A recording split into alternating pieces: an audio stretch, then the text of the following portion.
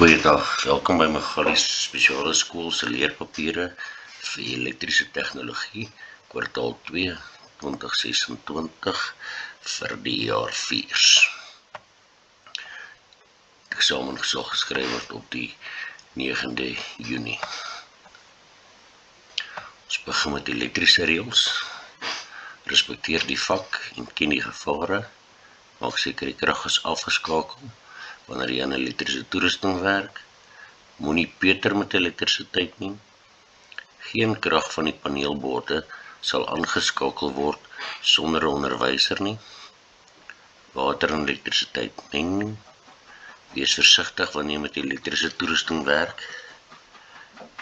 Moenie met toerusting werk sonder toesig of as jy nie weet hoe om dit te gebruik nie. Gaan ons oor na die noodoptas toe. Die komponente van 'n noodopkussie. Pleisters in verskillende groottes, steriele gaasverbande, steriele oogverband, driehoekige verbande, kruiprolverbande, veiligheidspenetjies, hakspelde, weggooi handskoene, 'n pinchet, 'n skêr, alkoholvrye reinigingsdoekies, kleefband, 'n termometer, veluitslagroom of 'n antiseptiese room, pynstillers, hoesmedisyne, antihistamientablette, gedistilleerde water en 'n oogspoelmiddel.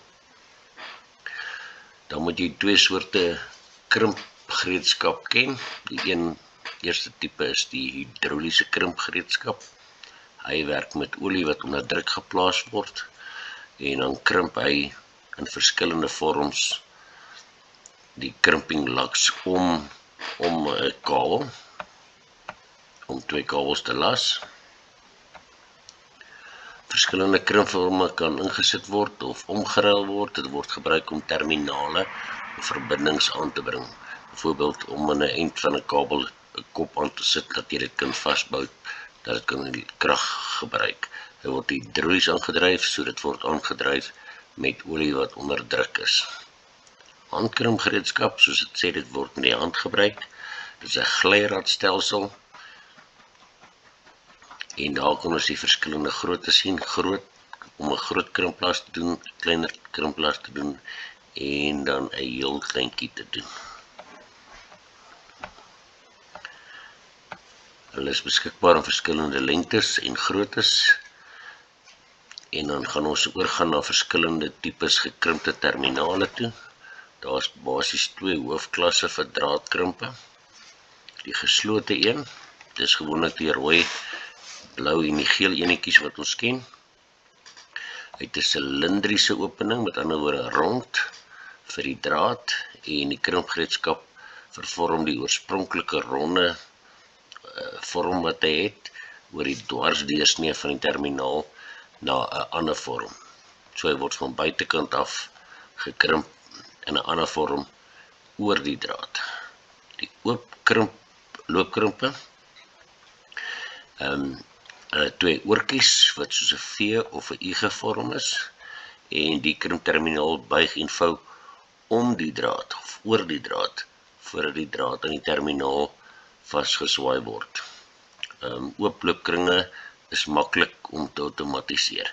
Ooploopkringe sal jy sien by jumpstarter drade, hoe die ooploopkring om die draad gevou is en ingesit het. Krimpverbindings kan ook geklassifiseer word volgens isolasie of geïsoleerde materiale, of hulle aan die geleier van die draad kan krimp, en of hulle net aan die isolasie vaskrimp.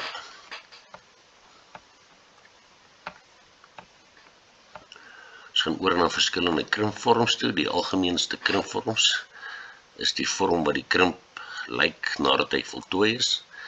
'n C-krimp, 'n D-krimp, 'n F-krimp wat ook bekend staan as 'n B-krimp, die O-krimp, die W-krimp, die oorvleuelkrimp, die ovaalkrimp, die viermanderel krimp, die 4 mandrel halfmaankrimp. Die een kan in verskillende groottes verstel en hierdie een het net een grootte in 2 halfmaantjies wat hy om die krimp aksie uitvoer.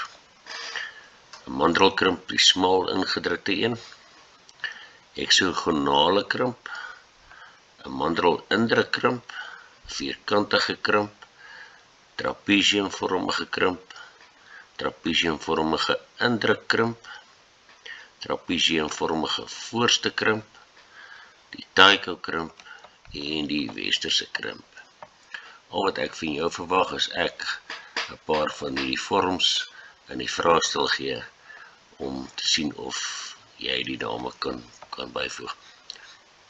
Hier is die klein F-krimp. Hier is die groter F-krimp wat ook die B-krimp genoem word omdat dit soos 'n letter B ook lyk. Die 4 mandrelkrimp het 4 afsonderlike dele wat kleiner na mekaar toe druk om op die eind van die dag daai vorm in die lak ingedruk te kry. Heksagonale krimp het 6 losplate wat groter en kleiner skuif tot hy by daai vorm uitgekom het. Hier is die halfmaan een, die 2 dele een is ook heksagonaal, 6kantig, maar hy bly net op 1 grootte. Mandrelkrimp, daar is die dikker mandrelkrimp, hier is die ovaal een, die vierkantige krimp outomaties wat weer 4 dele het, wat groter en kleiner kan skuif tot hy by die regte grootheid gekom het, en dan is die vierkantige een wat in 2 dele is, wat gekrimp word. Hier is 'n trapeziumkrimp, en hier is die trapezium voorste krimp met die V in. Taiko is basies amper diamantvormig, die W-krimp en die westerse krimp. Reticulasiesmetodes. Reticulasie beteken gaan ons drade oorhoofspan, soos in hierdie foto, of gaan ons drade ondergronds plant. Die debat hier voort, albei onderwerpe het voordele. Die grootste voordeel van oorhoofse kringe is koste. Die ondergrondse kringe kos tipies 1 tot 2.5 keer meer as die ekwivalente oorhoofse kring. Met ander woorde, is goedkoper om drade ondergrond te plant waar dit moontlik is. Is goedkoper om drade oorhoofs te plant. Maar waar dit baie keer moontlik is, moet ons dit teen duurder kostes ondergronds plant. Indien die grond maklik gegrou kan word, min klippe bevat en geen ander hindernisse soos waterpype of telefoondrade het nie, kan kabels vinniger en goedkoper ingeploeg word as 'n oorhoofse kring. Hier is die masjien wat dit doen. Hy het basies 'n arm wat 'n groef in die grond maak en dan hier loop die kabel. Soos wat die groef in die grond gemaak is, plant hy die kabel in die grond en in die gleuf in. Dis hoe die masjien van die kant af lyk. Daar is die ploegskaar wat die gleuf maak. En hier is die kabel, soos wat die gleuf gevorm is, gaan hierdie kabel binne in die grond in. Hier is net 'n diagram van die proses. Dan hierdie tabel gaan oor die voordele van om kabels oorhoofs te plaas as ondergronds en met elkeen se voordele. Kostes, oorhoof het baie voordele. Dit kos baie minder om te installeer. Dit het 'n langer leeftyd, is 30 tot 50 jaar, waar ondergrondse kabels 20 tot 40 jaar het.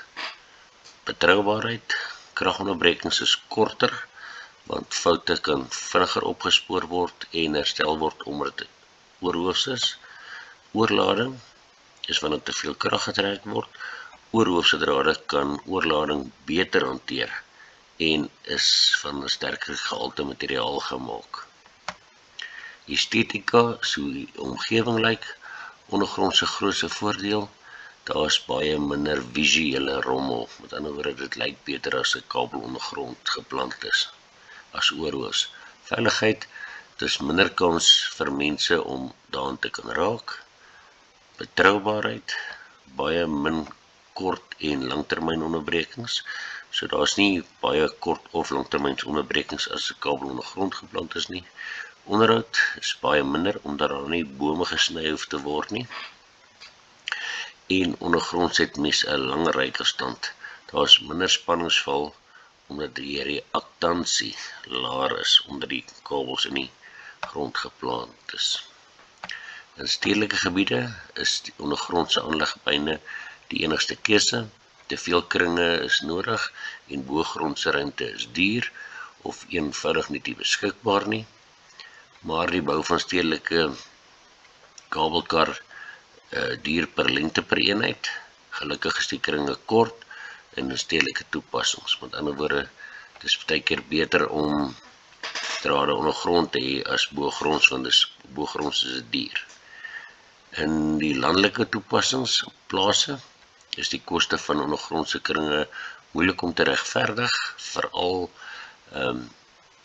die belaaide kringe, gegee die klein aantal kliënte wat jy die kringe voorsien. Met ander woorde, om krag van een dorp na 'n ander dorp aan te lê kos baie geld en daar is nie altyd geld om dit te doen nie. Estetika is die omgewing, hoe dit lyk.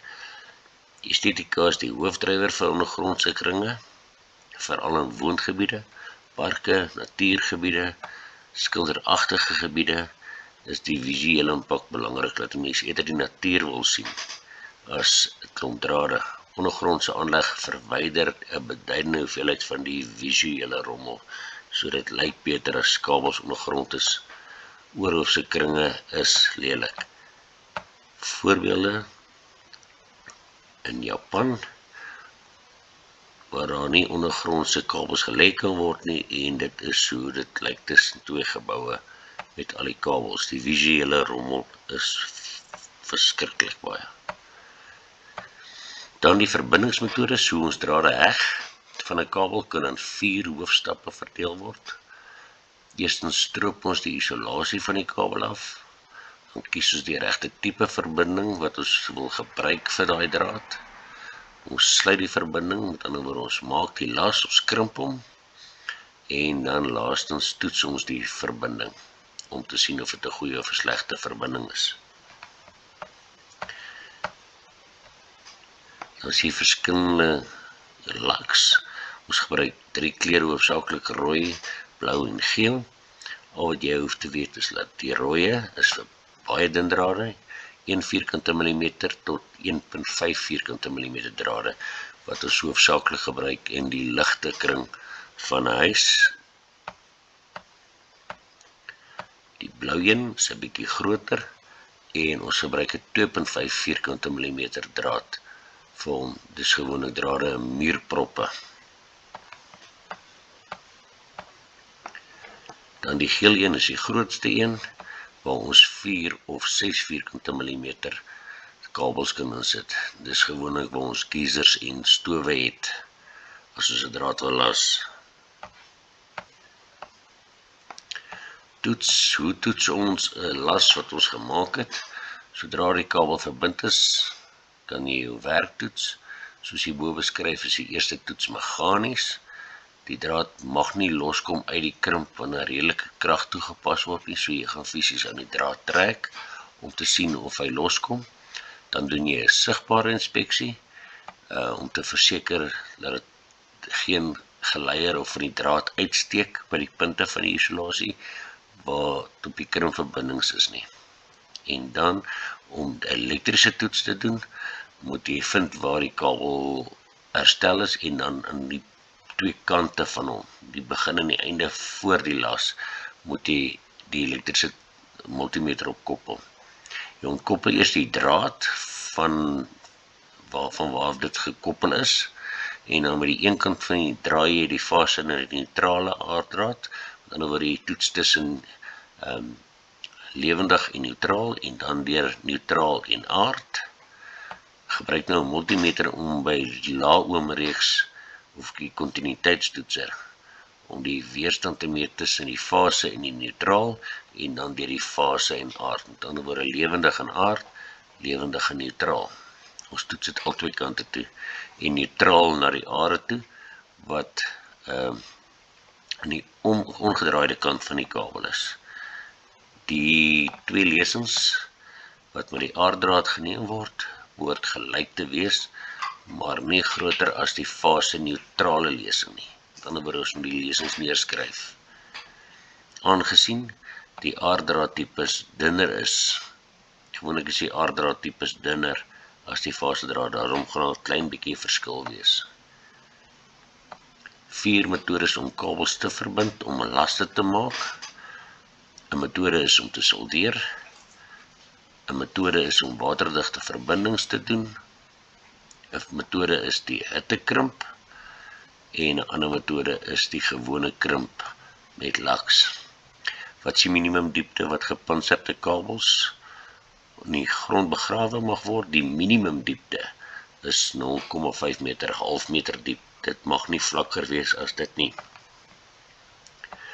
En dan identifiseer die verskillende soorte isolasies of tipes. Isolasie is die materiaal wat ons rondom koperkabels kry. Materiale soos PVC, glas, asbes, stywe laminaat, vernis, hars, papier, teflon en rubber is baie goeie elektriese isolators. Dit is belangrik, en die belangrikste een is isolasiemateriaal is lig. Lig tussen twee drade is 'n baie goeie isoleerder. Dan gaan ons oor na die volgende handgereedskap toe. Maatband, matmes, kombinasietang, plathandvel, vislyn, platpunt skroewedraaier, soldeerbout, multimeter, ystersaag, helpende hande, draadstroper, langbektang,